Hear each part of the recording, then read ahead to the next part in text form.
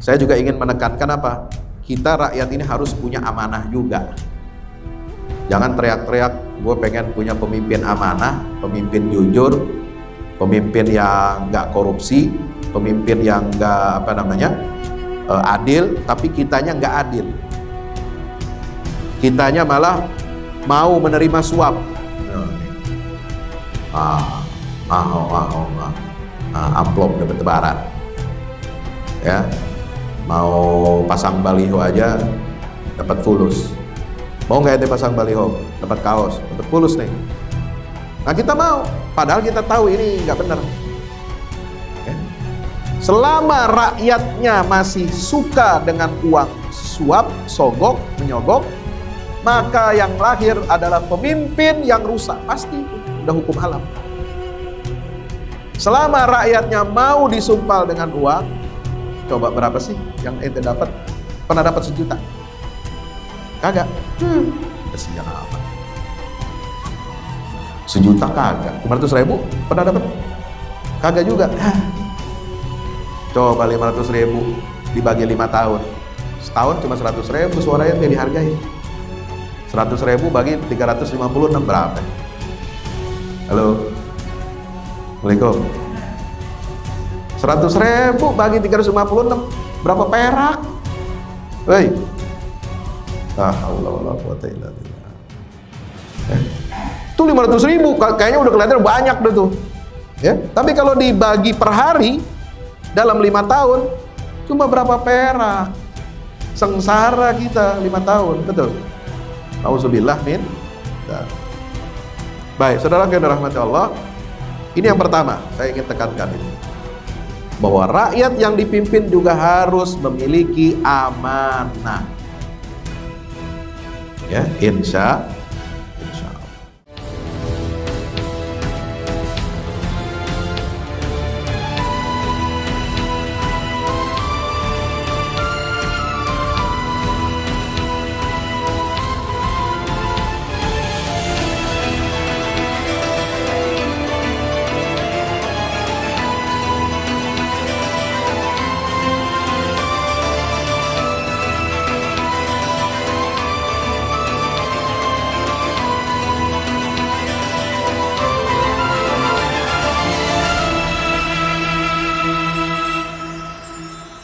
Bismillahirrahmanirrahim.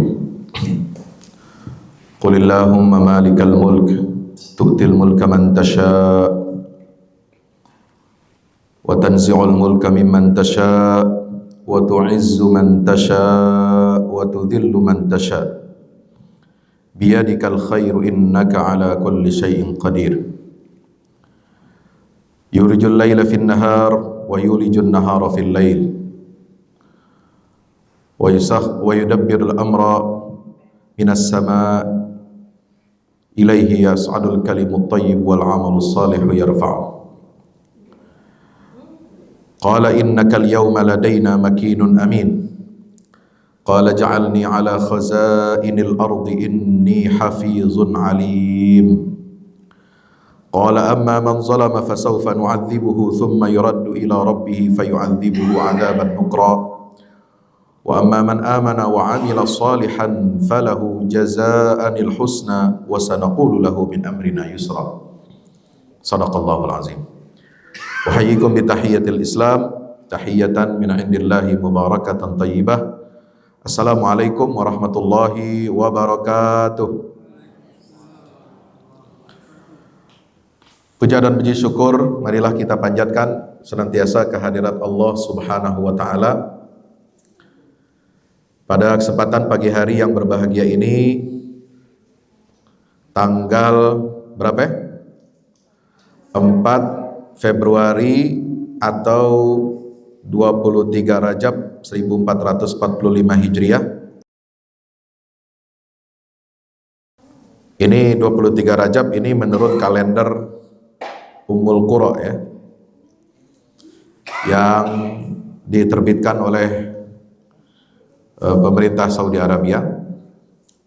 Alhamdulillah di penghujung bulan Rajab ini kita masih diberikan nikmat kesehatan, nikmat panjang umur, nikmat kita dapat berjalan menuju majelis ilmu yang insya Allah senantiasa diberkati oleh Allah Subhanahu wa Ta'ala, yaitu taman-taman surganya Allah yang ada di dunia ini. Tidak ada pertemuan yang lebih baik daripada pertemuan dan perkumpulan orang-orang yang membaca kitabullah dan mempelajari isi kandungan kitabullah itu. Sebagaimana sabda Rasulullah, majtama'a qaumun fi baitin min buyutillah illa nazalat alaihimus sakinah wa haffat bihimul malaikah wa dzakarahumullahu fi man indah. Tidaklah satu kaum, satu kelompok dari umat Rasulullah SAW ini berkumpul di dalam satu rumah di antara rumah-rumah Allah.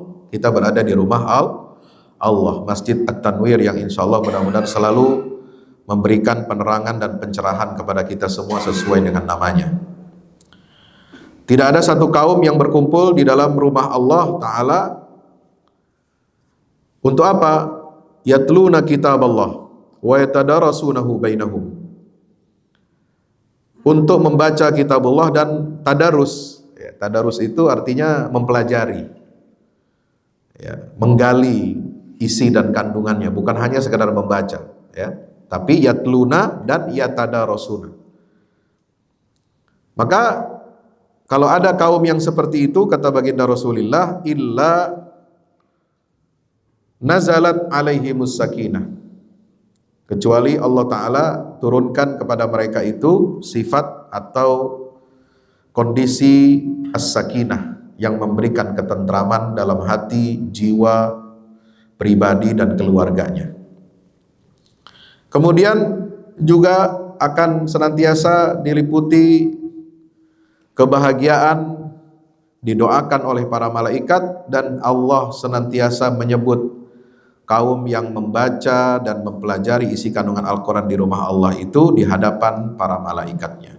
Mudah-mudahan kita senantiasa mendapatkan kemuliaan seperti yang digambarkan oleh baginda Rasulullah. Amin ya rabbal alamin. Mari kita bersalawat salam kepada junjungan kita baginda Rasulullah Muhammad sallallahu alaihi wasallam serta seluruh keluarga, para sahabatnya.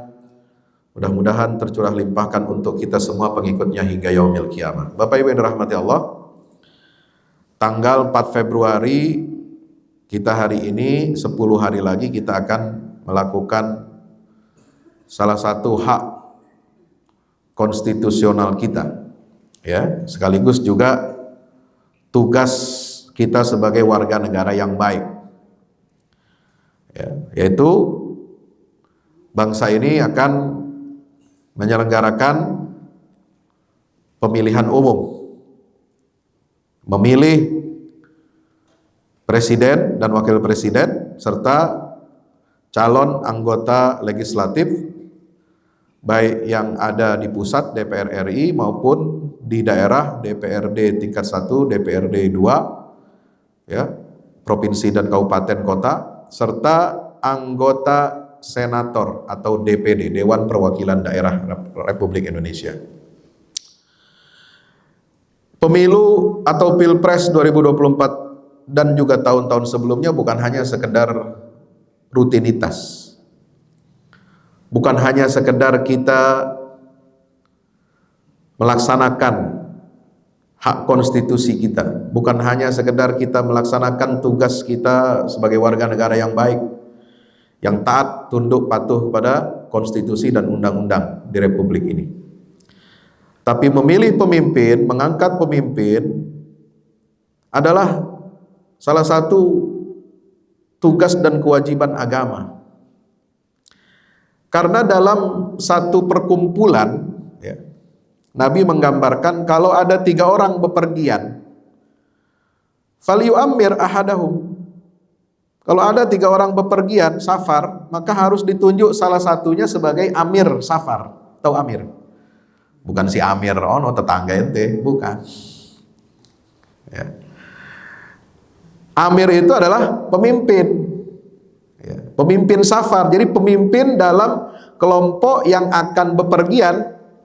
Nih, Biasanya emak-emak nih biasa ada apa? Perkumpulan, ada arisan, ya kan? Ada kumpulan PKK, ada kumpulan Aisyah dan Nasihatul Aisyah misalnya. Ya, misalnya mau mengadakan studi banding. Ya jangan studi banding dah. Elit amat kayak DPR studi banding. Ya, wisata apalah, studi wisata ya, edu wisata gitu ya.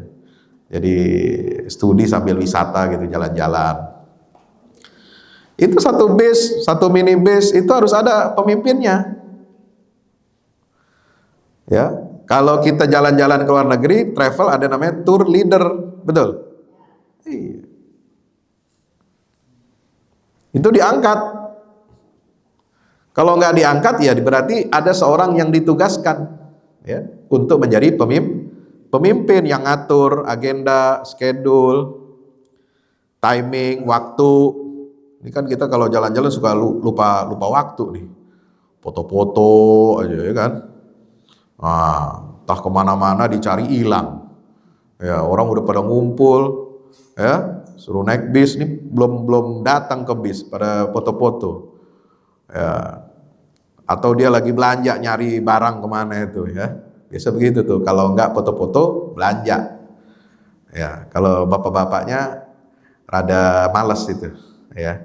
Sebab dia ngitungin rekening. Ini udah kurang berapa nih? Mamanya yang belanja, ya kan? Nah, itu harus ada pemimpinnya, ada tour leadernya. Ya. Sebuah organisasi kecil, siswa satu kelas ada pemimpinnya. Ya. Ada OSIS, ada pemimpin. Ada palang merah remaja, ada pemimpinnya. Pramuka aja yang kecil ada pemimpinnya. Ya kan? Upacara, ada pemimpin upacara. Ya. Apalagi kita berbicara tentang organisasi yang supra sistem, organisasi yang besar, ya, yaitu negara. Negara ini organisasi. Ya, bagaimana kita mengmanage, mengorganisir kehidupan berbangsa dan bernegara untuk mengatur kehidupan rakyat, melayani kepentingan-kepentingan rakyat. Apa sih kepentingan rakyat? Ya bukan hanya sandang, pangan, dan papan. Itu makhluk apapun juga perlu itu. Tapi yang dinamakan dengan masyarakat manusia, ya, masyarakat muslim, manusia sebagai khalifah di atas muka bumi, ya, itu hajatnya bukan hanya hajat berupa material. Hajat material itu apa? Disebutkan oleh Allah dalam surat Taha ketika berbicara tentang Nabi Adam. Bagaimana Adam dulu ya, dikirim ngekos dulu di sorga sebelum ke dunia, ya kan? Itu rencana Allah memang begitu, bukan berarti tempat tinggalnya di sorga, itu ngekos dulu dia. Indekos di sorga, buat apa? Belajar cara bagaimana melayani, memakmurkan bumi dengan nilai-nilai Allah, memenuhi kebutuhan hajat hidupnya. Ya Bapak Ibu yang rahmati Allah Ta'ala, ketika apa yang Allah beritakan dalam surah Thaha, ya, di dalam surga itu Adam itu digambarkan, ya, innalaka fiha alla taju'a fiha innalaka alla taju'a fiha wala ta'ra wa annaka la tasma'u fiha wala tadha. Ya. Jadi Nabi Adam itu dijamin oleh Allah kehidupannya di dalam surga itu, kamu tidak akan apa? Tidak akan telanjang, tidak akan kehausan, tidak akan kelaparan, ya. Tidak akan kelaparan. Tidak akan kepanasan, ya, tidak akan kepanasan tuh. Ya. Jadi tidak akan kepanasan. Tidak akan dijamin oleh Allah, tidak akan kehausan, tidak akan kelaparan, tidak akan telanjang, dan tidak akan kepanasan. Itu sandang, pangan, dan papan. Ya, jelas itu.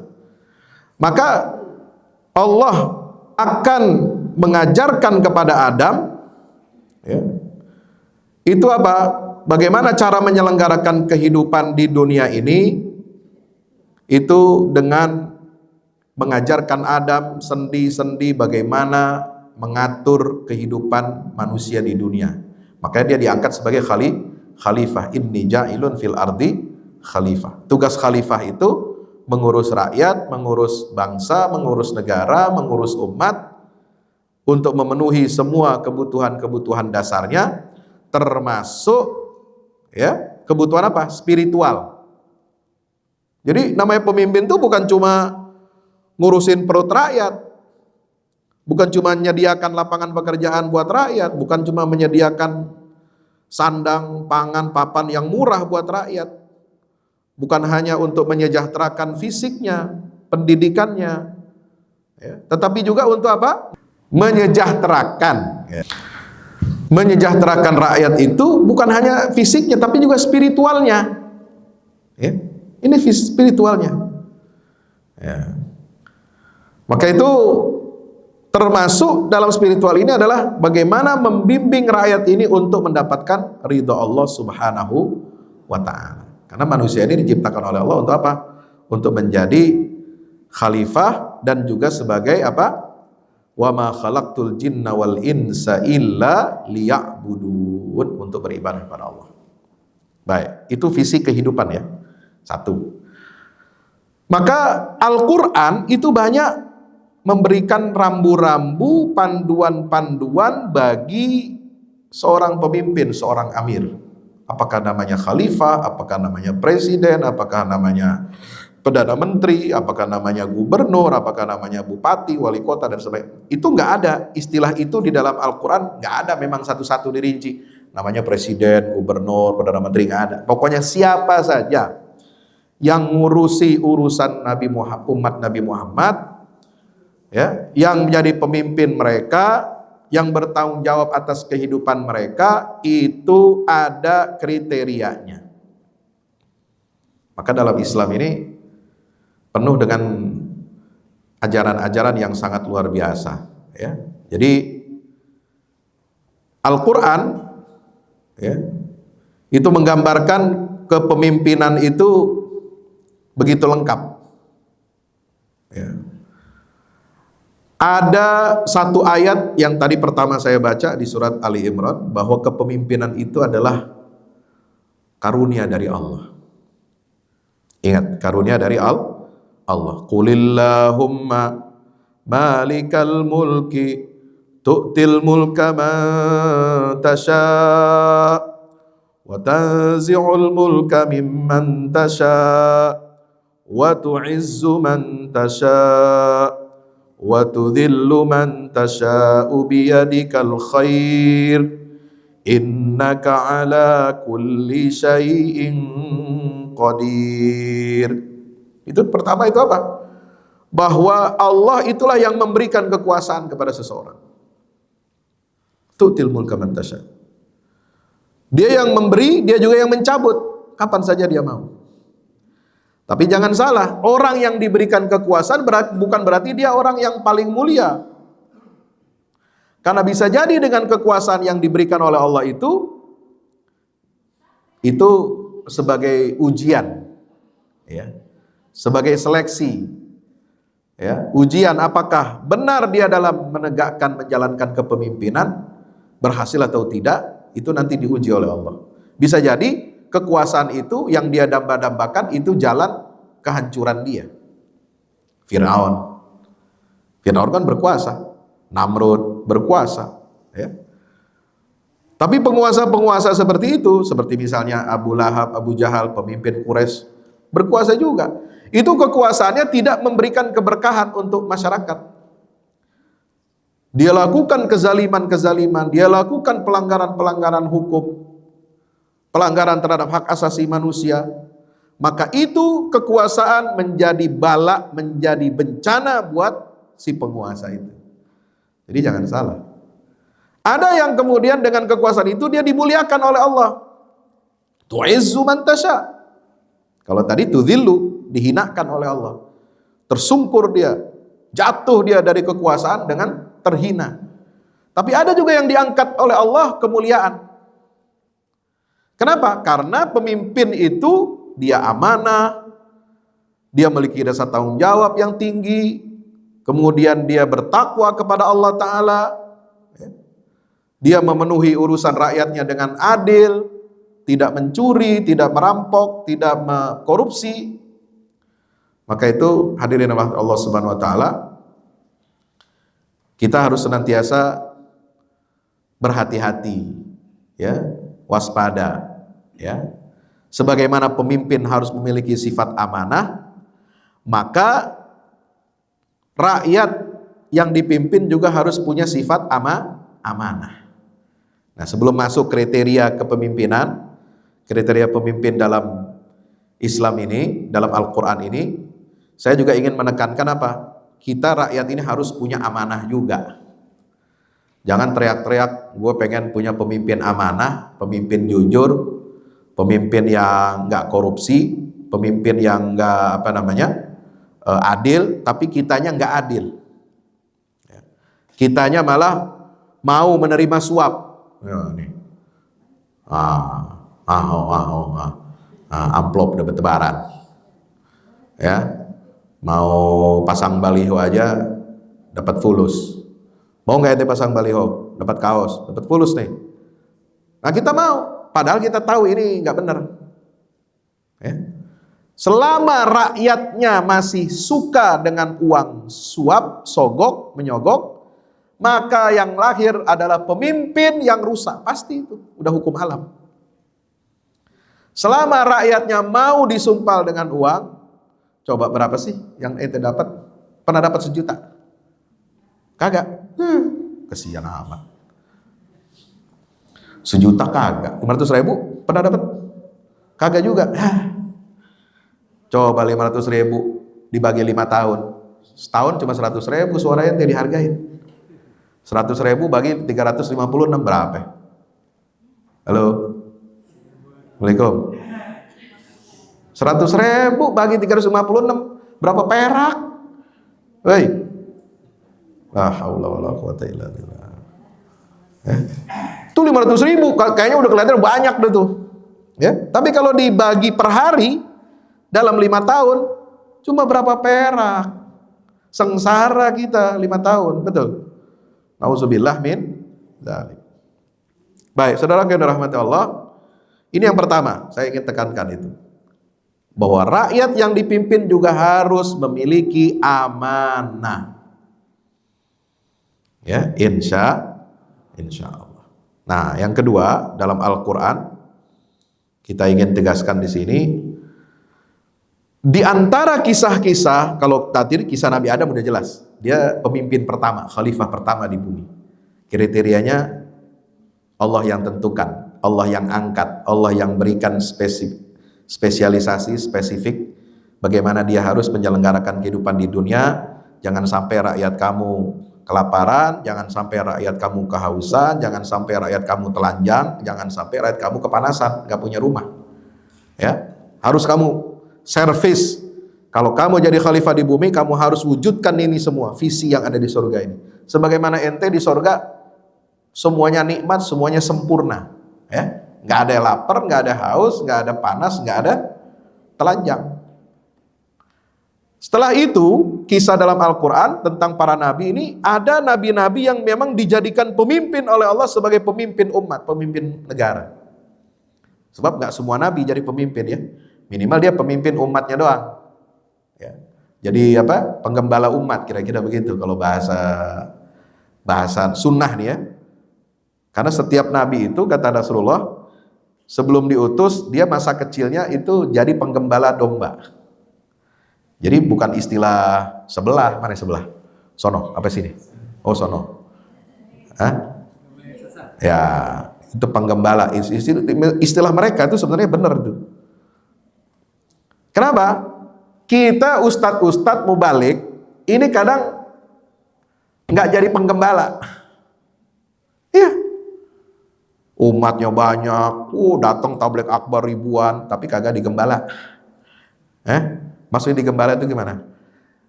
Oh, seorang penggembala, dia tahu nih, ini berapa jumlah ekor kambingnya, dia tahu. Sakitnya apa, dia tahu. Mesti tahu, kalau enggak bahaya. Dipecat dia jadi penggembala. Ya, sama majikannya. Mesti tahu dia sakit. Kalau sakit apa sakitnya? Dicatat. Bagaimana dia mesti mengobatin? Apa makanannya yang disuka ini? Ya. Terus jam-jamnya, jam dia kambing-kambing ini kudu makan, kudu rehat, kudu begini, ntar diambil susunya apa bagaimana. Dia mesti ada jadwalnya. Itu penggembala namanya. Nih ustadz-ustadz mau balik kita kalah sama pendeta, pastor. Ya, kita gembala apa ustadz? Gak ada, cuma ngomong doang, ceramah di mimbar. Punya catat data jamaah? Ada? Gak ada. Jamaahnya satu-satu dikenal, ya, keluarganya, bapaknya kerja apa, emaknya apa, anaknya sekolah di mana, kalau ada kekurangan ekonomi gimana cara menyelesaikan. Itu gembala.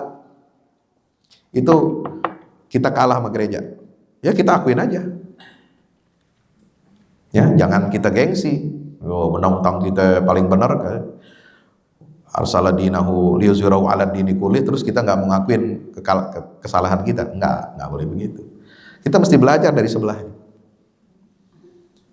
Ya, penggembala itu, ya. Maka ada di antara 25 nabi dan rasul itu, ini yang diangkat dijadikan oleh Allah sebagai pemimpin besar, pemimpin umat. Yang paling menonjol, ya, adalah Nabi Yusuf, Nabi Musa, kemudian Talut, ada Dzulqarnain, dan Muhammad SAW. Ada Sulaiman dan Daud. Ya, ini nabi yang memang memiliki kekuasaan. Kalau Nabi Ibrahim betul, dia imam. Inni ja'iluka linnasi imama, tapi imam spiritual. Belum sebuah negara. Dia imam, pemimpin spiritual, karena seruannya itu bersifat universal, menjangkau seluruh umat manusia. Seperti apa? Wa adzin fin nasi bil hajji yatuka rijalan wa ala kulli dhamir. Nabi Nuh pemimpin juga, tapi dia bukan pemimpin negara. Walaupun dia Rasul Ulul Azmi, ya. Itu Rasul Ulul Azmi itu cuma 3 yang jadi pemimpin negara. 2, Nabi Musa dan Nabi Muhammad SAW. Nabi Isa tidak. Ibrahim, Nuh tidak. Isa tidak. Cuma Nabi Musa dan Muhammad SAW. Nah, di luar itu ada Nabi Yusuf. Jelas dia jadi Perdana Menteri. Apa ayatnya di dalam surat Yusuf? Lihat ayat 54, 55 surat Yusuf. Qala innaka al-yawma ladaina makinun amin. Jangan amin yang kemana-mana dulu dah. Ayat Quran aja udah. Ya. Mau 01, 02, 03, kita bukan bahas itu di sini. Ya. Ini amin ini istilah Quran, bukan istilah kampanye. Ya. Innakal yauma ladaina makinun amin. Ntar yang di belakang protes, Ustadz ngulang-ngulang mulu ayatnya. Ya kagak apa-apa, emang mesti diulang. Ya. Wahai Yusuf, sesungguhnya engkau di sisi kami itu, kata Raja Mesir nih, engkau adalah orang yang memiliki pengetahuan yang luas, kebijaksanaan yang luas, dan aminun, dan bisa dipercaya, sangat amanah, jujur. Ayat 55. Ketika Raja Mesir mengatakan demikian, apa? Ini jadi kayak berbalas pantun. Nabi Yusuf giliran ngomong, qala ja'alni ala khazainil ardi inni hafizun alim. Ini ikan isyarat dari raja bahwa Yusuf ini pantas jadi negarawan, pantas untuk jadi mengelola negara. Tapi di antara pengelolaan negara yang dipilih oleh Nabi Yusuf, dia nggak kemaruk, Pak. Tahu kemaruk? Kata orang Betawi itu apa ya? Rakus. Mau semuanya dipegang. Enggak. Spesifik Nabi Yusuf mengatakan ij'alni ala khazainil ard. Wahai baginda raja, terima kasih. Ente udah puji aneh. Kira-kira begitu nih mukadimahnya. Kan udah disebut sebelumnya. Innaka ladaina makinun amin. Terima kasih atas pujian engkau. Tapi kalau boleh saya milih, wahai raja, jadikan saya mengurus bendahara negara, khazainil ard, logistik. Inni hafizun alim. Kenapa? Yusuf tahu diri, yang dia kuasai ilmunya tentang itu, bukan tentang politik, ya ngurusin MK, cawe-cawe, bukan itu dia nggak tahu. Yusuf nggak ngerti begitu. Dia ngerti cuma apa? Ngurusin bagaimana nih mendistribusikan bahan pokok. Nah, supaya bangsa Mesir nggak kelaparan ketika musim paceklik. Paham? Saya bisa engkau percaya dalam urusan ini. Ij'alni ala khazainil ard. Apa alasannya? Inni hafizun alim. Aku memandang diriku hafizun. Itu sangat kuat menjaga amanah. Karena menjaga distribusi barang ini perlu amanah. Ya, nggak sembarangan. Nanti kalau dikorupsi dikit-dikit, buat keluarga, buat partai, ya kan? Wah, repot. Kita punya logistik habis ntar di bocor sana sini, ya kan? Hafizun harus menjaga amanah dengan baik. Alim berpengetahuan luas. Jadi nggak boleh pemimpin itu pengetahuannya sempit. Atau kemudian ketika dia sudah memiliki ilmu, lalu kemudian dia setelah berkuasa nggak mau belajar lagi, itu nggak bisa. Harus senantiasa dia terus belajar dan menguasai masalah, mencari solusi daripada masalah. Oke, ini Nabi Yusuf. Setelah itu Allah menggambarkan dalam Al-Quran Nabi Musa. Nabi Musa ini hidup beberapa abad setelah Nabi Yusuf. Dia turunan Bani Israel, juga turunan daripada Nabi Yakub dan Nabi Yusuf. Nabi Musa ini di Mesir, lahir di Mesir, ya, kemudian berdakwah, diperintahkan Allah untuk mendakwahi Fir'aun. Dia ada di dalam lingkungan istana Raja Mesir, Fir'aun. Kemudian dia membela, ya, bangsanya, bangsa Israel ketika ada yang tawuran atau berantem dengan bangsa asli Mesir, bangsa Koptik. Lalu orang Koptik ini ketika dilerai kena pukul, kena tinju, bukan pengen ninju, dia kena tinju waktu dilerai, mati. Nah, ini dianggap sebagai sebuah bentuk kriminal. Nah, dicarilah, dia kabur. Nabi Musa ini suruh keluar oleh Allah, lalu kemudian mendapatkan tempat perlindungan di mana? Di mana? Di Madian. Wa ila Madyana akhahum Syuaiba. Nabi Syuaib. Situ dia berguru, di situ dia belajar. Lalu kemudian dipanggil ketemu di Madian itu dengan dua anak perempuan, gadis perempuan, gadis. Ya, kira-kira di sini Nasihatul Aisyah itu. Ya, dua gadis, dia lagi keluar mau ngambil air buat gembalanya, buat kambingnya, buat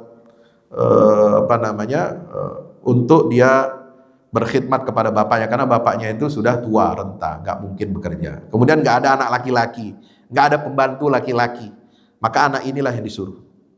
Maka ketika Nabi Musa sedang berhenti di situ, ya, sebuah sumur oase, dia dahulukan si dua gadis ini, bahkan dia bantu, ya, dibantu, diambil, ditimba ininya.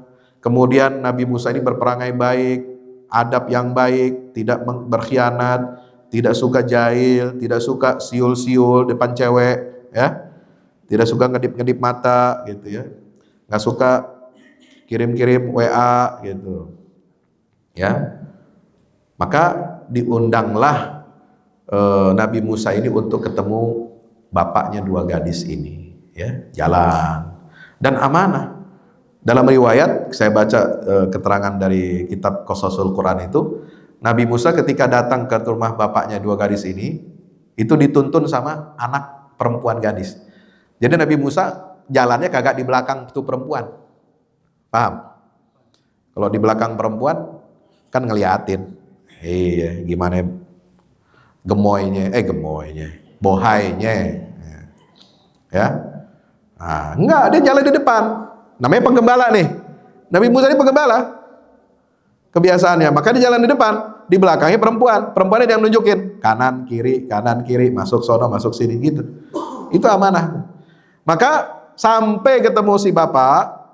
Kemudian dalam ayat itu surat Al-Qasas 26. Buka Al-Qasas 26.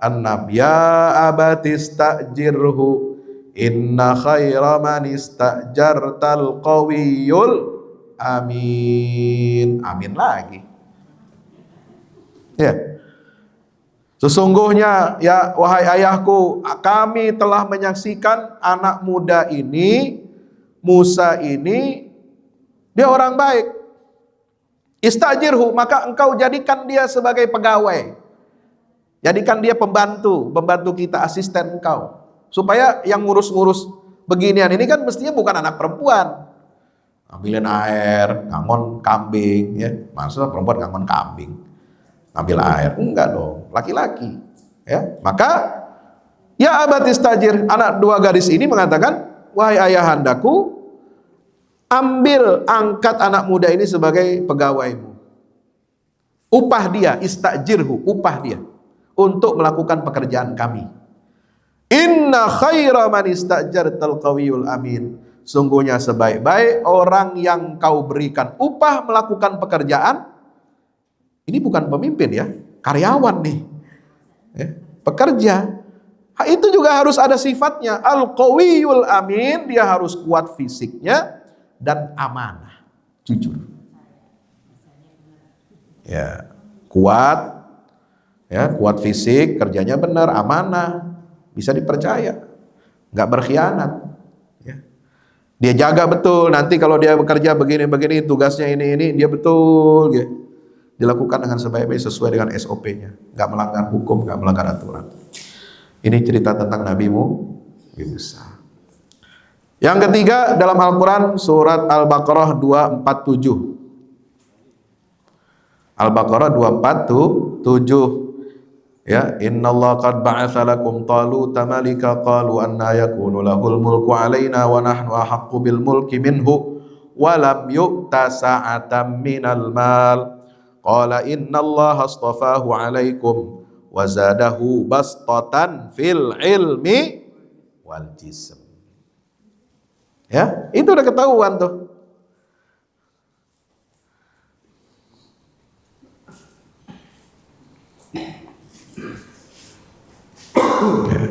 Harus apa?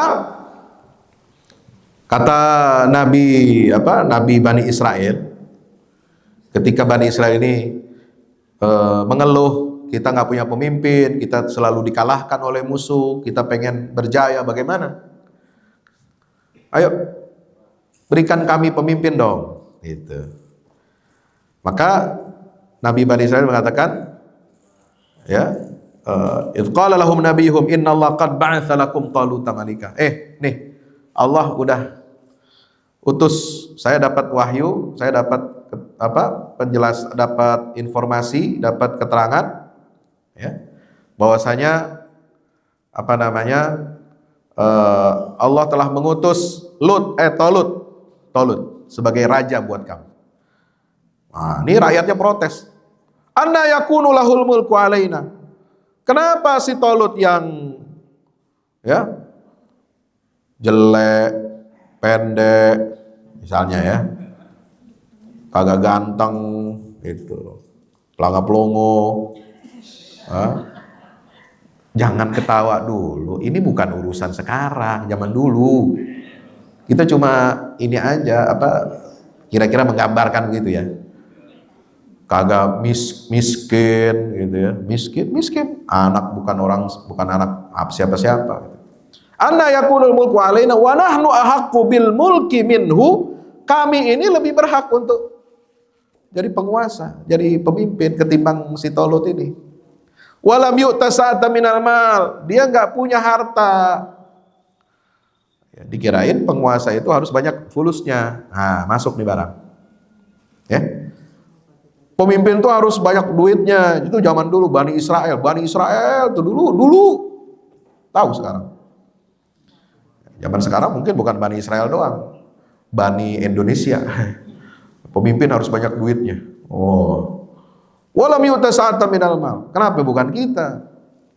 Ini orang bukan siapa-siapa. Ya kalau dia mah ngomong apa aja bebas, kagak ditangkap lah kita. Iya. Jadi saya tetap konsekuen. Ya. Ini tentang yang terjadi saat ini lah. Tentang ritual mutasi. Ya, Kan? betul. Kalau mungkin bina kalau itu. Nah ini kebanyakan sekarang ini arahnya ke situ. Oh ya. Bagaimana supaya kita tidak terkena itu, ya, untuk apa ya?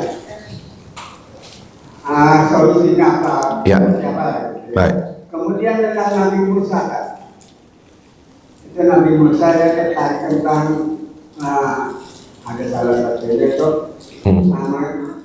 diminta jadi mantunya, gitu kan? Ya. Itu dua-duanya dijadikan. Oh.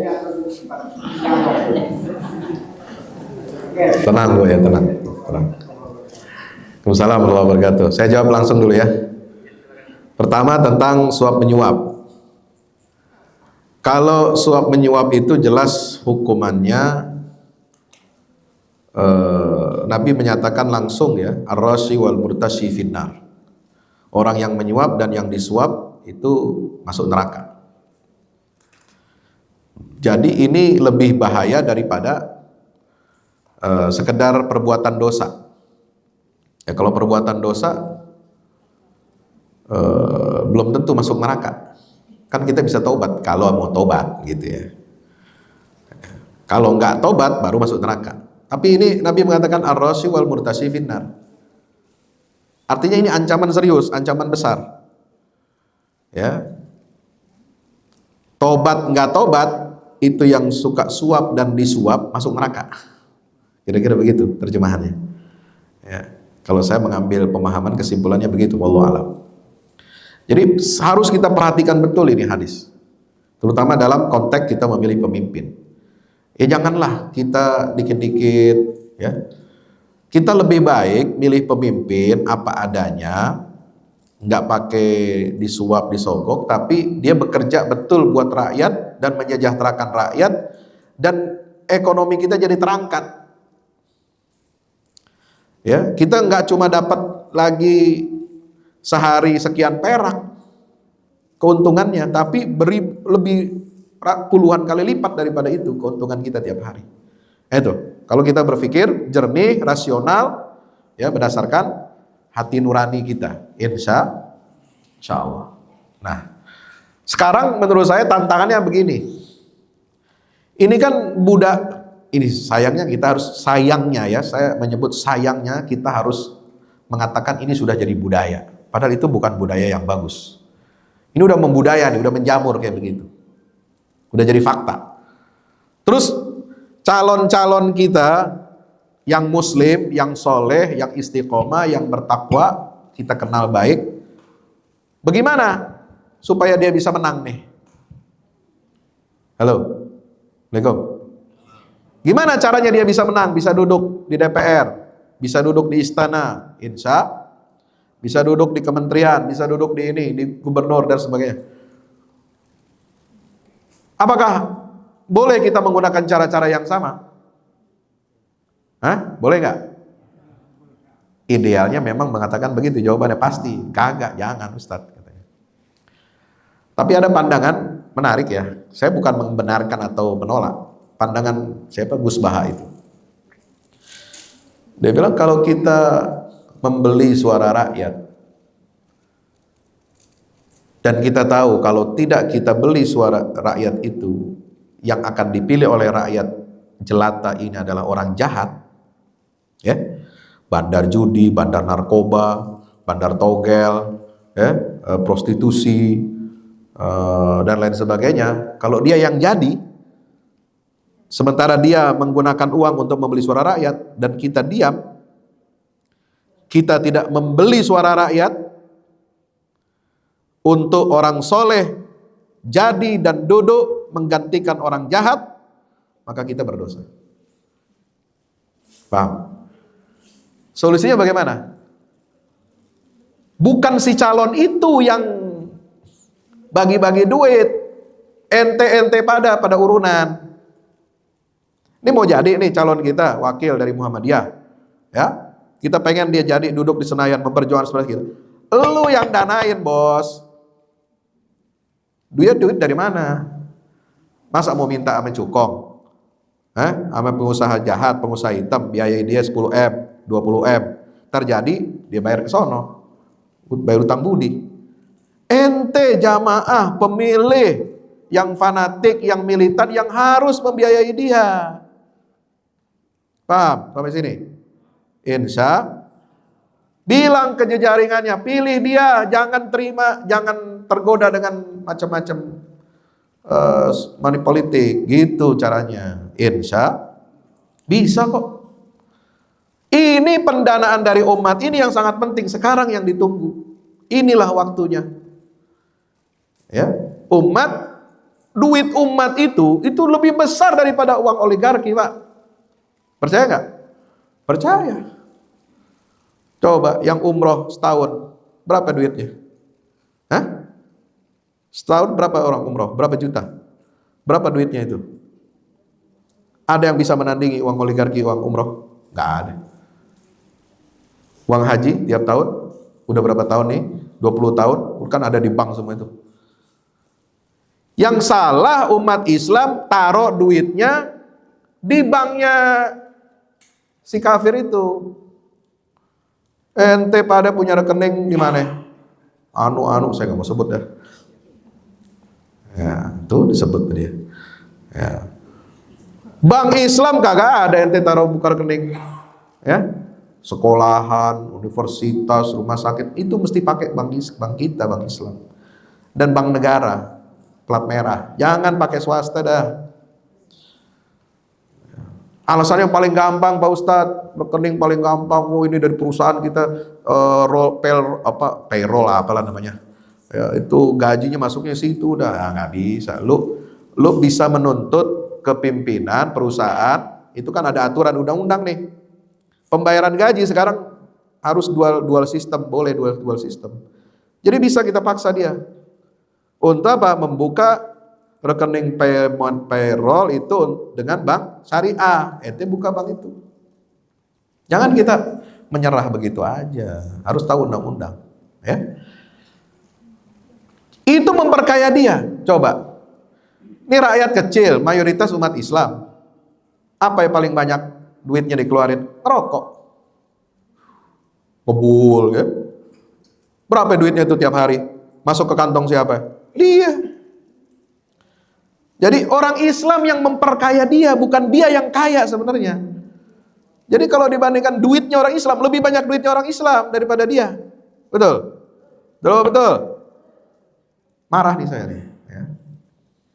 Makanya ayo kita kembali ke situ. Ya. Nah yang kedua, yang dinikahkan ya cuma satu. Ya. Memang nggak ada keterangannya, ya. Disebutkan di situ, ya. Tapi yang secara logis dan juga keterangan dari penafsir Al-Quran itu ya yang dinikahkan dari dua putri itu cuma satu, ya. Tidak dua-duanya, kan nggak boleh menikahi saudara kandung dua-dua dalam satu waktu, kecuali meninggal duluan, ya. Ada yang meninggal atau cerai boleh nikah sama saudara kandungnya. Wallahu alam. Meskipun mungkin syariat zaman dulu nggak ada larangan. Kan al-jam'u bainal ukhtain ini kan syariat Islam. Al-Quran yang melarang. Mungkin syariat zaman dulu boleh. Ya tapi kan nggak ada keterangannya. Apakah dia nikahi dua-duanya atau salah satunya. Tapi yang saya baca dalam kitab tafsir itu, dia menikahi salah satunya saja yang diberikan. Demikian Allah. Silakan.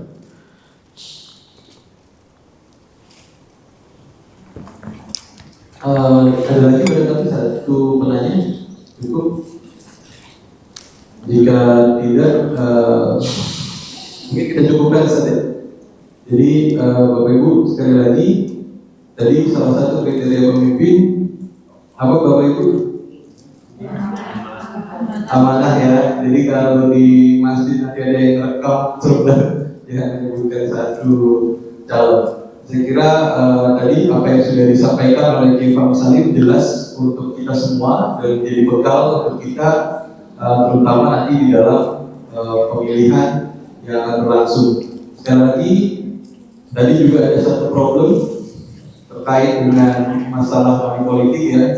Artinya bahwa penyadaran itu bersifat sepanjang hayat, dan semoga Masjid At-Takbir ini menjadi salah satu media bagi kita untuk membuat masyarakat atau orang-orang di sekeliling kita itu sadar bagaimana pentingnya ternyata urusan kepemimpinan ini, dan yang lebih penting lagi adalah dari perubahan yang ada di dalam diri kita. Bagaimana kita untuk mendapatkan pemimpin yang baik, tentu kita harus juga baik, karena pada dasarnya itu adalah hukum alam juga ya, Allah juga. Ketika masyarakatnya baik, maka muncul juga pemimpin-pemimpin yang baik. Artinya kita di sini adalah dalam rangka berupaya untuk menjadi insan-insan yang baik, yang terutama adalah mendapatkan keridhaan Allah, sehingga juga bisa berada dalam lingkungan yang diridhoi Allah, qaryah thayyibah, dan lebih-lebih kita berharap nanti akan berada dalam negeri yang baldatun thayyibatun wa rabbun ghafur. Mungkin ada waktu 9 menit Ustaz, ada hal-hal mungkin yang Ustaz Pamisari ingin sampaikan terlebih dahulu sebelum kita tutup, kami silakan. Ya, ini closing statement saya begini. Untuk warga Muhammadiyah, ya, warga Muhammadiyah kita sudah punya pedoman hidup Islami warga Muhammadiyah, ya. Ada dalam poin bab kehidupan berbangsa bernegara. Ya, lihat itu di halaman 20. Lengkap tuh, ayatnya disebutin dalam footnote. Warga Muhammadiyah perlu mengambil bagian dan tidak boleh apatis atau masa bodoh dalam kehidupan politik. Artinya kita harus apa? Berperan aktif dan bersikap positif terhadap politik. Ya. Kemudian dengan tujuan apa? Membangun masyarakat Islam yang sebenar-benarnya. Ya. Nah, dalam berpolitik itu harus ada menegakkan beberapa prinsip. Prinsip-prinsip ini yang harus dilakukan, yang harus ditegakkan oleh setiap calon wakil, calon pemimpin, terutama dari kalangan warga Muhammadiyah. Ya, bukan hanya di partai yang biasa dipilih, dicoblos oleh warga Muhammadiyah, tapi semua partai dimanapun, kalau warga Muhammadiyah mencalonkan diri atau dicalonkan, dia harus menegakkan prinsip ini. Itu dirinci tuh. Ya, amar ma'ruf nahi mungkar, harus amanah, harus adil, menegakkan hukum kebenaran, ya, mengembangkan Islam rahmatan lil alamin, mempedomani Quran Sunnah, ya, mementingkan kesatuan dan persaudaraan umat manusia, menghormati hak hidup orang lain, apalagi itu menjauhi fitnah dan kerusakan, berlomba-lomba dalam kebaikan. Terus ini harus jadi pedoman, ya, itu satu. Yang kedua, saya ingin ulangi lagi, tekankan pentingnya umat ini berinfak mendanai proses politik calon-calon wakil kita.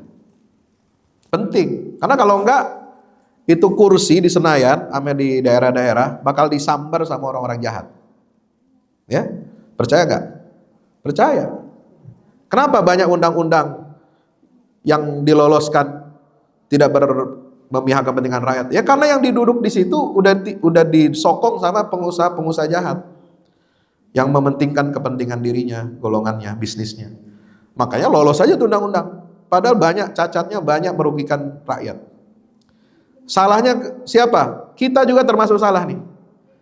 Orang-orang baik, orang-orang soleh dari Muhammadiyah, dari NU, dari manapun umat Islam, enggak didukung sama rakyat pemilihnya. Kita pasif, kita berpangku tangan, kita tinggal datang nyoblos aja, kira-kira begitu. Datangnya ke TPS. Enggak begitu, Bos. Ya. Ini pemilu punya kita, ya, umat Islam. Kita harus menempatkan sebanyak-banyak mungkin kader muslim yang baik di pusat-pusat kekuasaan, penyelenggara negara. Supaya apa? Enak nih, koordinasi dakwah. Persyarikatan Muhammadiyah punya agenda begini, pemerintah tinggal, ini aja gampang. Bukan sekedar dibantu, tapi dia nggak menjalankan aspirasi umat. Ya. Kita membela kepentingan umat Islam keseluruhan. Nah, gimana caranya? Kita bantu dengan apa? Infak. Jadi infak itu bukan hanya infak fisabilillah, bangun masjid, bangun yatim piatu, ya, memberi santunan beasiswa yatim piatu, membangun pesantren atau amal soleh yang lainnya, wakaf Quran dan sebagainya. Tapi juga termasuk infak politik. Ini saya sampaikan di sini penting ya. Kenapa? Karena calon-calon kita ini kan gak punya uang. Orang baik tapi gak punya uang. Maka apa? Dia harus di backup oleh umat, oleh pemilihnya. Jadi bukan calon wakil rakyat itu menyuap rakyatnya supaya milih dia, tapi sebaliknya. Kalau umat ini punya kesadaran, tanggung jawab, dia yang akan memperjuangkan calon dari mereka itu harus jadi masuk ke Senayan, harus jadi masuk ke DPRD, ya, dengan bantuan kita, dengan urunan kita semuanya. Begitu dong, ya. Jadi enteng. Jadi menghadapi tantangan politik, ya, dalam masalah suap menyuap itu kita enteng hadapinnya. Kenapa? Kekuatan umat ini lebih besar daripada kekuatan oligarki. Kalau kita sadar, kalau nggak sadar ya susah. Makanya perlu ngaji di At-Tanwir. Insya. Demikian. Wassalamualaikum warahmatullahi wabarakatuh.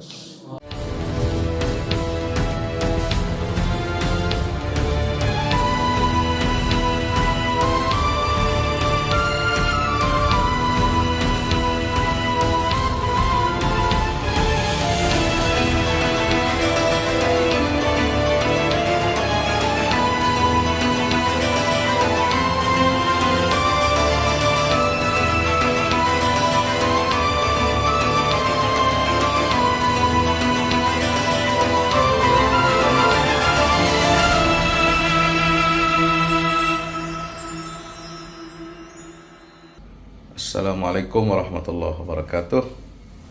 Alhamdulillah teman-teman, lantai 1 gedung Pusat Dakwah Al-Quran Al-Fahmu Institute sudah beres ya. Alhamdulillah sudah finishingnya, sudah selesai semua. Lantai 1 ini area parkir motor, ya.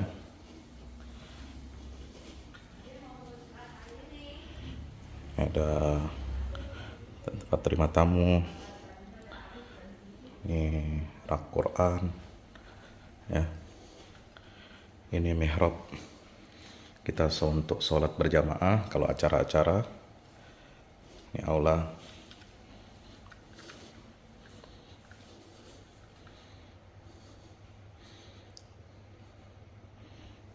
Area service. Sekarang area service, sound system, tempat wudhu. Alhamdulillah. Kamar mandinya.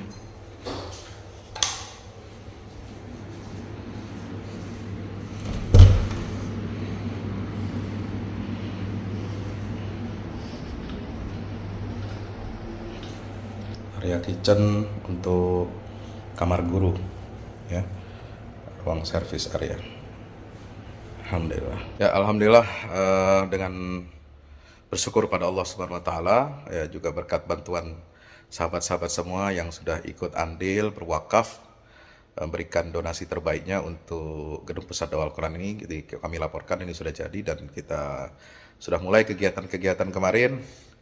Misalnya kemarin diskusi dengan Bapak juru bicara Kementerian Luar Negeri Indonesia, ya. Kemudian kita lanjutkan dengan diskusi rutin 2 pekanan setiap hari Sabtu siang, dan kita akan gaspol bulan Ramadan insya Allah dengan aneka program-program dan podcast pilihan dengan isu-isu yang hangat yang berkaitan dengan kehidupan umat Islam di Indonesia dan di seluruh dunia. Terima kasih, mohon dukungan dan supportnya terus. Lantai 2 juga kita akan, ya, bangunan ini yang masih belum jadi, ya, kita belum mulai finishingnya, dan di atasnya lagi ada lantai 3. Barakallahu fikum. Assalamualaikum warahmatullahi wabarakatuh. Bahagiakan Indonesia dengan dakwah Quran.